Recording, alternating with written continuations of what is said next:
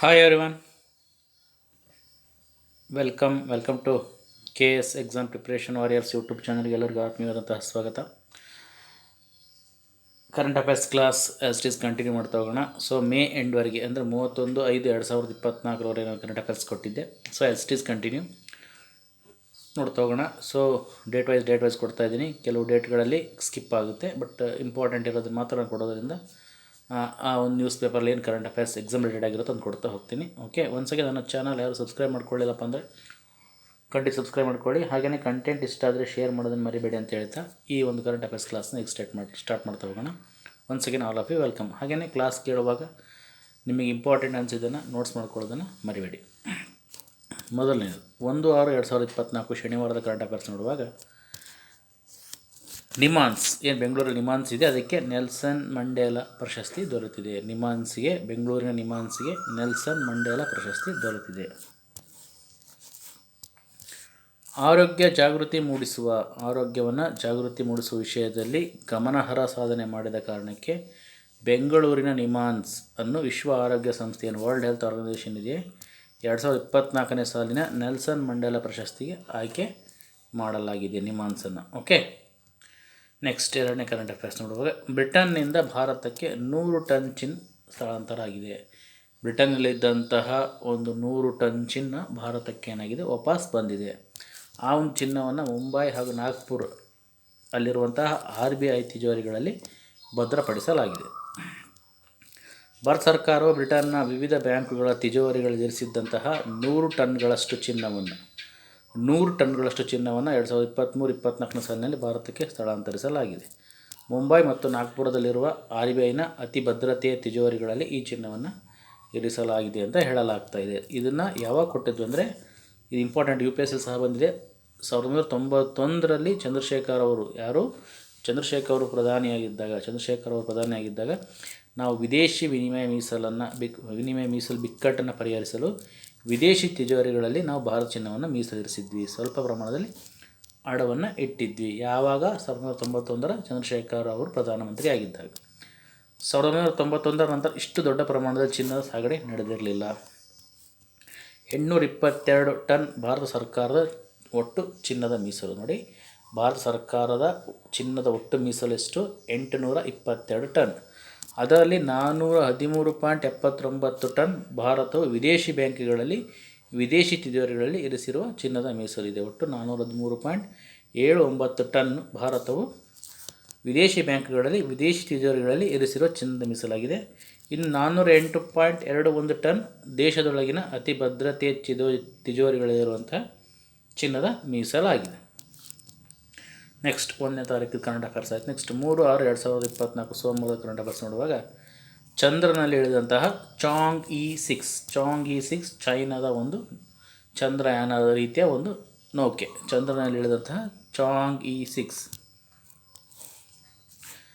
ಭೂಮಿಗೆ ಬಹುತೇಕ ಗೋಚರಿಸದ, ಅಂದರೆ ಭೂಮಿಗೆ ಗೊತ್ತೇ ಆಗೋದಿಲ್ಲ, ಅದು ಆ ಜಾಗವನ್ನು ಭೂಮಿಗೆ ಬಹುತೇಕ ಕಾಣೋದಿಲ್ಲ, ಬಹುತೇಕ ಗೋಚರಿಸಿದ ಚಂದ್ರನ ಭಾಗವನ್ನು ಚೀನಾದ ಬಾಹ್ಯಾಕಾಶ ನೌಕೆ ಒಂದು ಭಾನುವಾರ ಸ್ಪರ್ಶಿಸಿದೆ. ಮುಂಜಾನೆ 3:53 ವೇಳೆಗೆ ಚಾಂಗ್ ಇ 6 ಏನಿದೆ ಇದು ಚಂದ್ರನ ದಕ್ಷಿಣ ಧ್ರುವದ ಐಟಾನ್ ಅಂತ ಹೆಸರು ಕೊಟ್ಟಿದ್ದಾರೆ, ಐಟಾನ್ನಲ್ಲಿ ಯಶಸ್ವಿಯಾಗಿ ಇಳಿದಿದೆ. ಈ ಭಾಗದಲ್ಲಿ ನೌಕೆಯನ್ನು ಇಳಿಸಿದ ಮೊದಲ ದೇಶ ನಮ್ಮದು ಎಂದು ಚೀನಾದ ರಾಷ್ಟ್ರೀಯ ಬಾಹ್ಯಾಕಾಶ ಸಂಸ್ಥೆ ಚೀನಾದ ರಾಷ್ಟ್ರೀಯ ಬಾಹ್ಯಾಕಾಶ ಸಂಸ್ಥೆ CNSA ತಿಳಿಸಿದೆ. ಭೂಮಿಯ ಬಹುತೇಕ ಗೋಚರಿಸಿದ ಚಂದ್ರನ ಭಾಗದಿಂದ ಮಾದರಿಗಳನ್ನು ಸಂಗ್ರಹಿಸುವ ಉದ್ದೇಶದಿಂದ ಮೇ 3ರಂದು ನೌಕೆಯನ್ನು ಉಡಾವಣೆ ಮಾಡಲಾಗಿತ್ತು. 2 ದಿನಗಳಲ್ಲಿ ಲ್ಯಾಂಡರ್ನಲ್ಲಿರುವ ಉಪಕರಣಗಳು ಮಾದರಿಗಳನ್ನು ಸಂಗ್ರಹಿಸಲಿವೆ ಅಂತ ತಿಳಿಸ್ತಾ ಇದ್ದಾರೆ. ಚಂದ್ರನ ದಕ್ಷಿಣ ಧ್ರುವದಲ್ಲಿ ಮೊದಲ ಬಾರಿಗೆ ನೌಕೆಯನ್ನು ಇಳಿಸಿದ ಖ್ಯಾತಿ ಭಾರತ ಪಾಲಿಗಿದೆ ಅಲ್ವಾ. ಓಕೆ, ನೆಕ್ಸ್ಟ್ ಚಾಂಗ್ ಇ 6 ನೌಕೆ ಹೆಸರೇನು? ಚಾಂಗ್ ಇ 6. 6/5/2024 ಗುರುವಾರ ಕರೆಂಟ್ ಅಫೇರ್ಸ್ ನೋಡುವಾಗ ಅಗ್ರ 150 ವಿಶ್ವವಿದ್ಯಾಲಯಗಳ ಪಟ್ಟಿಯಲ್ಲಿ ಪ್ರಪಂಚದಲ್ಲಿಯೇ ನಮ್ಮ ಒಂದು ಅಗ್ರಸ್ಥಾನ ಬಾಂಬೆ ಮತ್ತು ದೆಹಲಿ ಭಾರತೀಯ ತಂತ್ರಜ್ಞಾನ ಸಂಸ್ಥೆ ಸಿಕ್ಕಿದೆ. IIT Indian institute of technology ಸಂಸ್ಥೆಗೆ ಸಿಕ್ಕಿದೆ. ಬಾಂಬೆ ಮತ್ತು ದೆಹಲಿ IITಗಳಿಗೆ ಅಂದರೆ ಅಗ್ರ 150 ವಿಶ್ವವಿದ್ಯಾಲಯಗಳ ಪಟ್ಟಿಯಲ್ಲಿ ಇವೆರಡು ಸಹ ಇದ್ದಾವೆ, ಬಾಂಬೆ ಹಾಗೂ ದೆಹಲಿ IIT. ಓಕೆ, ಇವೆ ನೋಡಿ, ಇದು ಬಾಂಬೆ IIT, ಇದು ದೆಹಲಿ IIT. ಉನ್ನತ ಶಿಕ್ಷಣ ಸಂಸ್ಥೆಗಳ ಗುಣಮಟ್ಟ ಕುರಿತು QS ವರ್ಲ್ಡ್ ಯೂನಿವರ್ಸಿಟಿ ರ್ಯಾಂಕಿಂಗ್ 2025ರ ಪಟ್ಟಿ ಪ್ರಕಟವಾಗಿದ್ದು, ವಿಶ್ವದ ಅಗ್ರ 150 ವಿಶ್ವವಿದ್ಯಾಲಯಗಳ ಪಟ್ಟಿಯಲ್ಲಿ ಬಾಂಬೆ ಹಾಗೂ ದೆಹಲಿಯಲ್ಲಿರುವಂತಹ ಭಾರತೀಯ ತಂತ್ರಜ್ಞಾನ ಸಂಸ್ಥೆಗಳು ಇಂಡಿಯನ್ ಇನ್ಸ್ಟಿಟ್ಯೂಟ್ ಆಫ್ ಟೆಕ್ನಾಲಜಿ ಸ್ಥಾನವನ್ನು ಪಡೆದುಕೊಂಡಿದ್ದಾವೆ. ಓಕೆ, 150ರಲ್ಲಿ ಅವೆರಡಿದೆ. ಇನ್ನು ಎಕ್ಸ್ಟ್ರಾ ಇನ್ಫಾರ್ಮೇಷನ್ ನೋಡಿ, ಇದು ವೆರಿ ಇಂಪಾರ್ಟೆಂಟ್ ಆಗಿತ್ತು, ಸೈನ್ಸ್ ರಿಲೇಟೆಡ್ ಕರೆಂಟ್ ಅಫೇರ್ಸು. ಭಾರತೀಯ ಕೃಷಿ ಸಂಶೋಧನಾ ಸಂಸ್ಥೆ ICAR ಅಂತ ಕರಿತೀವಿ, Indian council of agriculture research, ಇದರ ಅಂಗಸಂಸ್ಥೆಯಾದ ಮೀನು ತಳಿ ಆನುವಂಶಿಕ ಸಂಪನ್ಮೂಲ ಕೇಂದ್ರ ಸಂಸ್ಥೆ NBFGR, national bureau of fish genetic resources ಏನು ಮಾಡಿದೆ, ಅರುಣಾಚಲ ಪ್ರದೇಶದ ರಾಜ್ಯದಲ್ಲಿ ಬ್ರಹ್ಮಪುತ್ರ ನದಿಯ ಉಪನದಿಯಾದ ಟಿಸ್ಸಾ ನದಿಯ ಜಲಾನಯ ಪ್ರದೇಶದ ತುಂಗ್ ಹೆಸರಿನ ಒಳನಾಡು ಪ್ರವಾಹದ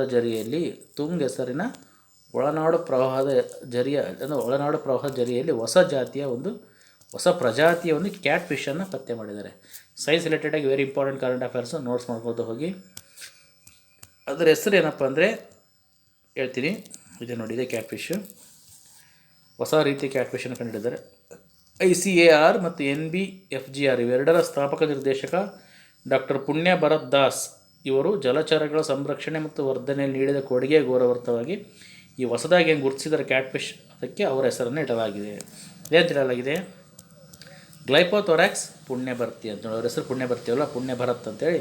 ಸೊ ಗ್ಲೈಪೋಥೊರಾಕ್ಸ್ ಪುಣ್ಯಭರ್ತಿ ಅಂತೇಳಿ ಹೊಸದಾಗಿ ಕಂಡುಹಿಡಿದ ಕ್ಯಾಟ್ ಫಿಶ್ಗೆ ಹೆಸರನ್ನು ಇಡಲಾಗಿದೆ ಎಂದು ನಿರ್ದೇಶಕರಾದ ಡಾಕ್ಟರ್ ಉತ್ತಮ್ ಕುಮಾರ್ ಇವರು ಮಾಹಿತಿಯನ್ನು ನೀಡಿದರು. ವೆರಿ ಇಂಪಾರ್ಟೆಂಟ್ ನೋಡಿ, ಹೊಸ ಕ್ಯಾಟ್ ಫಿಶ್ ಕಂಡುಹಿಡಿದರೆ ಅದು ಗ್ಲೈಪೋಥೊರಾಕ್ಸ್ ಪುಣ್ಯಭರ್ತಿ. ಅದು ಆಲ್ರೆಡಿ ಆ ಒಂದು ಸಂಸ್ಥೆ ಹುಟ್ಟಾಕಿದಂಥ ಪುಣ್ಯ ಭರತ್ ಅವರ ನೆನಪಿಗಾಗಿ ಅವರು ಅದರಲ್ಲಿ ತುಂಬ ಸೇವೆ ಮಾಡಿದರು, ಹಾಗಾಗಿ ಅವರ ಹೆಸರನ್ನು ಇಡಲಾಗಿದೆ. ಓಕೆ, ನೆಕ್ಸ್ಟ್ 7/5/2024 ಶುಕ್ರವಾರ ಕರೆಂಟ್ ಅಫೇರ್ಸ್ ನೋಡುವಾಗ ಅಂತಾರಾಷ್ಟ್ರೀಯ ಬಾಹ್ಯಾಕಾಶ ನಿಲ್ದಾಣಕ್ಕೆ ಯಾನವನ್ನು ಸ್ಟಾರ್ ಲೈನರ್ ಹೋಗಿದೆ. ಅದನ್ನು ಮುನ್ನಡೆಸಿದವರು ಭಾರತ ಮೂಲದ ಸುನೀತಾ ವಿಲಿಯಮ್ಸ್. ಅಂತಾರಾಷ್ಟ್ರೀಯ ಬಾಹ್ಯಾಕಾಶ ನಿಲ್ದಾಣಕ್ಕೆ ಯಾನ ಸ್ಟಾರ್ ಲೈನರನ್ನು ಮುನ್ನಡೆಸಿದ Sunita Williams. Star liner very important ನೋಡಿ. ಅಂತಾರಾಷ್ಟ್ರೀಯ ಬಾಹ್ಯಾಕಾಶ ನಿಲ್ದಾಣಕ್ಕೆ ಯಾನ ಕೈಗೊಂಡಿರುವ ಭಾರತ ಮೂಲದ ಗಗನಯಾತ್ರಿ ಸುನೀತಾ ವಿಲಿಯಮ್ಸ್ ಹಾಗೂ ಅವರ ಸಹಯಾತ್ರಿ ಬಚ್ ವಿಲ್ಮೋರ್. ಯಾರ ಹೆಸರು? ಬಚ್ ವಿಲ್ಮೋರ್. ಅವರ ಗಗನನೌಕೆ ಸ್ಟಾರ್ ಲೈನರನ್ನು ಮುನ್ನಡೆಸುವ ಮೂಲಕ ಗಮನವನ್ನು ಸೆಳೆದಿದ್ದಾರೆ. ಓಕೆ, ಇಷ್ಟು ಕರೆಂಟ್ ಅಫೇರ್ಸು. ಖಂಡಿತ ಇಂಪಾರ್ಟೆಂಟ್ ಏನಿರುತ್ತೆ ಅವನ್ನಷ್ಟೇ ಕೊಡೋದು ನಾನು. ತುಂಬ ಇಲ್ಲದ್ದು ಅದು ಇಂಪಾರ್ಟೆಂಟ್ ನೆಸಸರಿ ಲಾಟ್ಲೆಸ್ ಇರೋದು ಯಾವುದೂ ಕೊಡೋಲ್ಲ. ಸೊ ಶಾರ್ಟಾಗಿ ಕೊಡ್ತೀನಿ, ತುಂಬ ಯೂಸ್ಫುಲ್ ಆಗುತ್ತೆ. ನಿಮಗೇನು ಇಂಪಾರ್ಟೆಂಟ್ ಅನ್ಸೋದು ನೋಟ್ಸ್ ಮಾಡ್ಕೊಳ್ಳಿ. ಹಾಗೆಯೇ ನನ್ನ ಕಂಟೆಂಟ್ ಎಷ್ಟಾದರೂ ಶೇರ್ ಮಾಡಿ, ಮತ್ತು ನನ್ನ ಚಾನಲ್ ಸಬ್ಸ್ಕ್ರೈಬ್ ಮಾಡ್ಕೊಂಡಿಲ್ಲ ಅಂದರೆ ಖಂಡಿತ ಸಬ್ಸ್ಕ್ರೈಬ್ ಮಾಡ್ಕೊಳ್ಳಿ ಅಂತ ಹೇಳ್ತಾ ಈ ಕ್ಲಾಸ್ನ ಇಲ್ಲಿಗೆ ಮುಗಿಸ್ತಿದ್ದೀನಿ. ಒಂದು second, all of you, thank you.